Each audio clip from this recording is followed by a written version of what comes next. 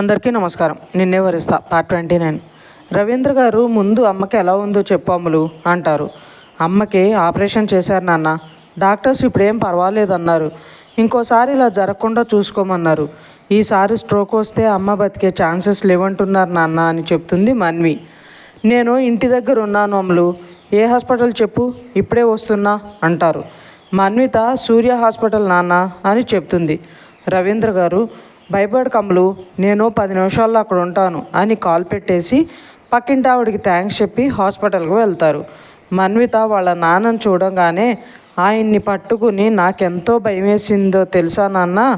టైంకి ఇంట్లో ఎవరూ లేరు. అమ్మ సోఫాలో స్పృహ లేకుండా పడిపోవడం చూసి నాకు ఏం చేయాలో కూడా అర్థం కాలేదు. కల్పన కాల్ చేస్తే తను వచ్చి హెల్ప్ చేసింది నాన్న అని చెప్తుంది. రవీంద్ర గారు మన్విత తల నిమురుతూ, నేను వచ్చేసా కదా, భయపడకురా. నా ఫోన్ పోయిందమ్ములు, ఎలాగో రిటర్న్ అవుతున్నా కదా అని మీకు కాల్ చేయలేదు. కానీ ఇలా అవుతుందని నేను అనుకోలేదు అని మన్వితతో పాటు అమృత గారి దగ్గరికి వెళ్తారు. ఆవిడకి మార్నింగే ఆపరేషన్ అయ్యి ఐసీయూలో ఉన్నారు కాబట్టి లోపలికి వెళ్ళనివ్వరు. ఇద్దరూ బయట కూర్చుని ఉండగా రవీంద్ర గారు అమ్ములు శ్రీనికి ఎక్కడా అని అడుగుతారు. మన్విత కోపంగా, తెలియదు నాన్న, తను కాల్ చేసింది, అప్పుడు చెప్పాను అమ్మ హాస్పిటల్లో ఉంది, అర్జెంటుగా రమ్మని, కానీ తను రాలేదు. కల్పన లేకుంటే ఆపరేషన్ మనీ కూడా కష్టం అయ్యేది. తనే అమ్మ కోసం మనీ అరేంజ్ చేసింది అని చెప్తుంది.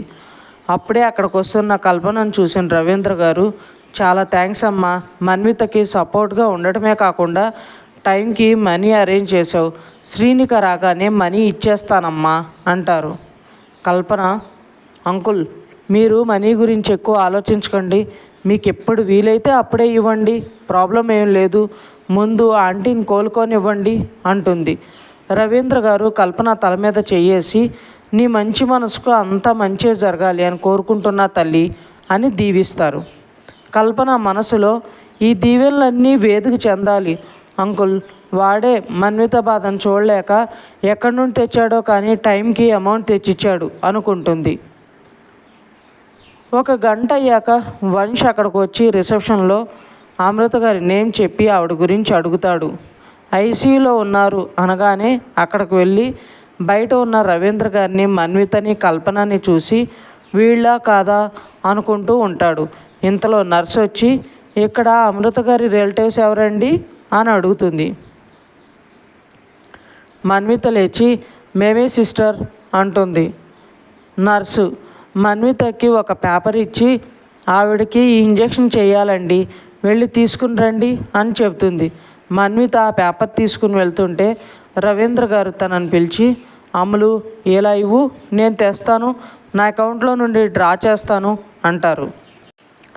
మన్విత, అక్కర్లేదు నాన్న, కల్పన ఆపరేషన్ కోసమే కాకుండా ఎక్కువ అమౌంట్ ఇచ్చింది అంటుంది. రవీంద్ర గారు ఆలోచిస్తూ, సరేరా నువ్వు వెళ్ళు, అమ్మ దగ్గర నేను ఉంటానులే అంటారు. మన్విత బయటకు వెళ్ళాక వంశ్ వాళ్ళని కలవకుండా అక్కడి నుండి బయటకు వెళ్ళిపోతాడు.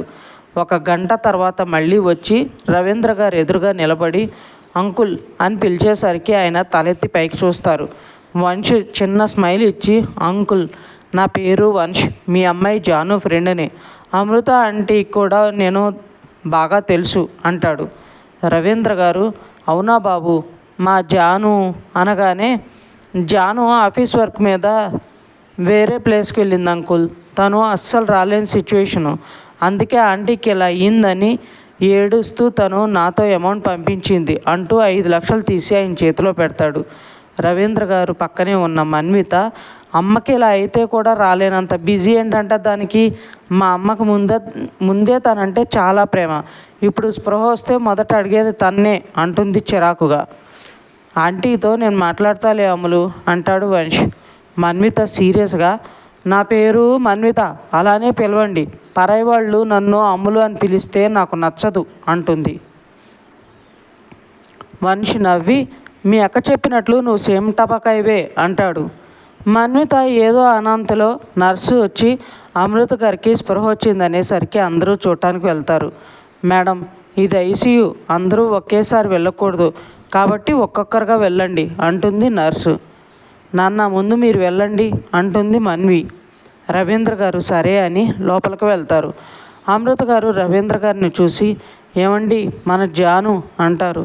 రవీంద్ర గారు అమృత గారి తల నిమురుతూ, మన జానుకి ఏం కాలేదు అమృత, కంగారు పడకు అంటారు. అమృత గారు, ఒకసారి తనని రమ్మని చెప్పండి, తనను చూస్తేనే కానీ నా మనసు కుదుట పడదు అంటారు. అమృత, ముందు నువ్వు టెన్షన్ పడకు, జాను ఇక్కడ లేదు అంటారు. తను ఎక్కడున్నా సరే ఇక్కడికి రమ్మని చెప్పండి అంటారు అమృత గారు. రవీంద్ర గారు వెంటనే, తన సొంత కూతురు కాకపోయినా నీకు సవత కూతురు అని తెలిసినా ఇంత ప్రేమ ఎలా చూపిస్తున్నావు అమృత అని అడుగుతారు. అమృత గారు కోపంగా ఆయన వంక చూస్తూ, మీకు చాలాసార్లు చెప్పాను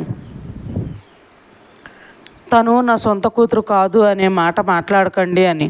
అయినా ఎందుకు ఆ మాట తీస్తారు? మన అమ్మాయిలకి ఈ విషయం తెలిస్తే ఎలా ఉంటుందో ఆలోచించారా అని అడుగుతారు. రవీంద్ర గారు, సరేలే ఆవేశపడకు, ఇంకోసారి అలా అనను. మన జాను ఫ్రెండ్ ఎవరో వంశీ అంట, తను వచ్చాడు నిన్ను చూడటానికి, జాను తనతో డబ్బులు కూడా పంపించింది అంటారు. అమృత గారు ఆనందంగా, ఏంటి వంశీ వచ్చాడా, నేను తనను చూడాలి, లోపలికి రమ్మని చెప్పండి అంటారు. రవీంద్ర గారు అమృత గారి మొహంలో సంతోషం చూసి తన పేరు చెప్పగానే, అంత సంతోషపడుతున్నావు, నీకు అబ్బాయి తెలుసా అమృత అని అడుగుతారు. అమృత గారు నవ్వుతూ, నాకే కాదండి మీకు కూడా తెలిసిన వ్యక్తే, తనని రమ్మని చెప్పని చెప్తాను అంటారు. రవీంద్ర గారు, సరే నేను వెళ్ళి ఆ అబ్బాయిని పంపిస్తాను అని వెళ్ళబోతారు. తను ఎవరో మీకు చెప్పాలిగా, మీరు కూడా ఉండండి అంటారు అమృత గారు. రవీంద్ర గారు, సరే నేను వెళ్ళి నర్సుతో మాట్లాడి ఆ అబ్బాయిని పిలుచుకుని వస్తాను అని బయటకు వచ్చి నర్సుతో మాట్లాడి వంశ దగ్గరికి వెళ్ళి, బాబు నిన్ను అమృత అని పిలుస్తుంది, లోపలికి రా అంటారు. మన్విత వాళ్ళ నాన్నను చూస్తూ, నాన్న నేను అమ్మని చూడాలి అంటుంది. రవీంద్ర గారు, 5 నిమిషాలు ఉండమ్మలు, అమ్మ తనతో మాట్లాడాలంట అని వంశం తీసుకుని లోపలికి వెళ్తారు. అమృత గారు వంశం చూసి రవీంద్ర గారితో, ఏవండి తను మన ఇంటికి కాబోయే అల్లుడు, మన జాను ఎంతో ఇష్టపడిన అబ్బాయి అని చెప్తారు. రవీంద్ర గారు వంశం చూస్తే తను చిన్నగా స్మైల్ ఇచ్చి, ఇప్పుడు ఎలా ఉందా ఆంటీ అని అడుగుతాడు. పర్లేదు వంశ్, జాను నైట్ ఇంటికి రాకపోయేసరికి కొంచెం టెన్షన్ ఎక్కువయ్యింది అంతే అంటారు. ఆ మాటకి వంశీకి కోపం వస్తున్నా కంట్రోల్ చేసుకుని, డోంట్ వర్రీ ఆంటీ, తను సేఫ్గా ఉంది, తను వర్క్ చేస్తున్న ప్రాజెక్ట్లో ఏదో ప్రాబ్లం అంట, సో తన ఆఫీస్ వర్క్ మీద ఎమర్జెన్సీగా వెళ్ళాల్సి వచ్చింది అని చెప్తాడు. ఆ విషయం ఒక ఫోన్ చేసి చెప్తే సరిపోయేదిగా వంశ్ అంటారు ఆవిడ. తన ఫోను ఏదో ప్రాబ్లం అంట ఆంటీ, నేను చేసినప్పుడు కూడా నాట్ రీచబుల్ అని వచ్చింది, తర్వాత తనే కాల్ చేసింది, మీకు చేస్తే లిఫ్ట్ చేయలేదని మన మన్వితకు కాల్ చేసిందంట, అప్పుడు తను మీకు బాగాలేదని చెప్పేసరికి ఏడుస్తూ నాకు కాల్ చేసింది, పిచ్చి పిల్ల, నాకు చిన్న తలనొప్పి వచ్చినా తను తట్టుకోలేదు వంశ్, అందుకే తను కంగారు పడి నిన్ను కూడా కంగారు పెట్టేసింది అంటారు అమృత గారు. తనకే మీరంటే అంత ఇష్టం ఆంటీ, అయినా తను నన్నేం కంగారు పట్టలేదు, నేనే వచ్చాను అంటాడు వంశ్.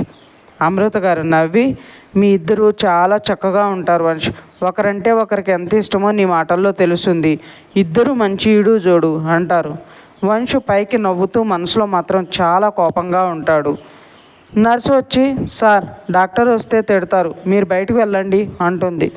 వంశ్ అమృత గారు చేపట్టుకుని, జాను గురించి మీరేం టెన్షన్ పడకండి ఆంటీ, తన బాధ్యత నాది, తను కాల్ చేసే సిచ్యువేషన్లో కూడా లేదు, ఈ విషయం మీకు మరీ చెప్పమంది, తను వెళ్ళిన పని అవగానే వచ్చేస్తుందని చెప్తాడు.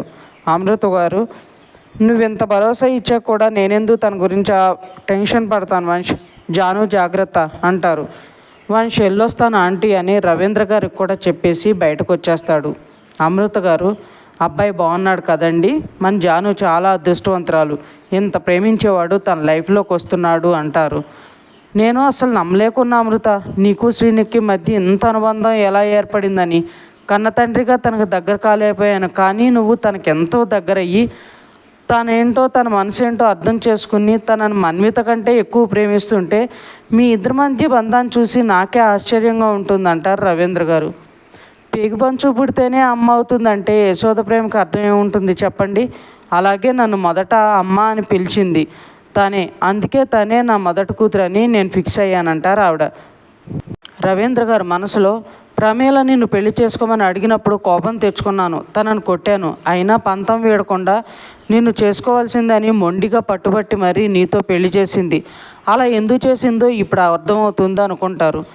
మన్విత లోపలికి వచ్చి ఏడుస్తూ, అమ్మ ఎలా ఉంది, నేను ఎంత టెన్షన్ పడ్డానో తెలుసా అని అమృత గారిని పట్టుకుని ఏడుస్తుంది. అమృత గారు మన్విత తల నిమురుతూ, నాకేం కాలేదురా, ఏడవ కమ్ములు అంటారు. మన్విత కోపంగా, ప్రతిదానికి ఊరికే కంగారు పడతావు, ఎప్పుడూ ఆలోచనలోనే ఉంటావు, అందుకే ఇలా అయ్యింది అంటుంది. అమృత గారు నవ్వి, నా బాధ బెంగ అంతా మీ మీదనే బంగారు తల్లి, మీ ఇద్దరికి పెళ్లి చేసేస్తే నాకు ఏ దిగులు ఉండదు, ఎలాంటి టెన్షన్స్ ఉండవు అంటారు. ఆ మాటకి మన్వితకి బాధ కోపం వస్తుంటే, నువ్వు ఇలా ఉంటే మా పెళ్ళిళ్ళ గురించి ఆలోచించడం అవసరమా అని అరుస్తుంది. అమృత గారు, ఎందుకమ్ములు అంత కోపం, నేనుండగానే మీకు జరగాల్సిన అచ్చట ముచ్చట అన్నీ జరగాలని కోరుకుంటున్నా. జాను గురించి బాధ లేదు, తనకి నచ్చినవాడు తనను మెచ్చినవాడు మన జాను జీవితంలోకి వస్తున్నాడు, ఇంకా నీ గురించే నా ఆలోచన అంటారు. మన్విత ఇంకా అక్కడ ఉండలేక అక్కడి నుండి బయటకు వచ్చేస్తుంది. మనసులో, మా అమ్మకి ఇది విషయం చెప్పే అవకాశం కూడా నాకు ఇవ్వలేదు కదరా, నా బాధకు కారణం నువ్వే. ఈరోజు మా అమ్మనే నాన్నే చూసే ధైర్యంగా వాళ్ళ కళ్ళల్లో చూసి మాట్లాడలేని స్థితికి నన్ను తీసుకొచ్చావు, నిన్నెప్పటికీ క్షమించను Ved, I hate you forever అని వస్తున్న తన కన్నీటిని తుడుచుకుని వాష్రూమ్కి వెళ్తుంది. అన్విక ఆఫీస్లో వర్క్ అంతా అయ్యాక టైం చూసి ఇంటికి వెళ్ళాలని బయటకు వచ్చేసరికి వర్షం పడుతుంటుంది. ఆ వర్షాన్ని చూసి తనకి ఆద్విక్కి మధ్య జరిగిన సీన్ గుర్తుకొచ్చి తన ఫేస్లో చిన్న స్మైల్ వస్తుంది. ఇదంతా తన కోసం వచ్చిన ఆద్విక్ చూసి, నాకు దూరంగా ఉన్న నా ఆలోచనలు మాత్రం దూరంగా ఉండలేకపోతున్నావు కదే రాక్షసి, నేను నిన్ను చాలా మిస్ అవుతున్నానే, నీ అల్లరి నీ కోపం, నన్ను ఇబ్బంది పెట్టాలని ట్రై చేసి ఆ పనికి నువ్వే ఇబ్బంది పడటం, ఇలా ప్రతి క్షణం నేను మిస్ అవుతున్నా అని తన దగ్గరకు వెళ్తాడు. అన్విక కారు ఎక్కుతూ తన దగ్గరకు వస్తున్న ఆద్విక్ను చూసి కోపంగా, నువ్వేంటి ఇక్కడ అంటుంది. ఆద్విక్ అన్విక మీదకి వెళ్తుంటే, ఏంటి అలా వస్తూ అనే లోపలనే తన పెదవులను బంధిస్తాడు. అన్విక ఆద్విక్ను పక్కకు నెడుతుంటే తన్ని ఇంకా గట్టిగా పట్టుకుని అంతకంతకు తన్ని దగ్గర తీసుకుని ముద్దు పెడుతుంటాడు. ఇంకా ఉంది ఫ్రెండ్స్. మీకు ఈ స్టోరీ నచ్చినట్లయితే లైక్ చేయండి, సబ్స్క్రైబ్ చేయండి. ఇంతలా ఆదరిస్తున్నందుకు థ్యాంక్ యూ సో మచ్.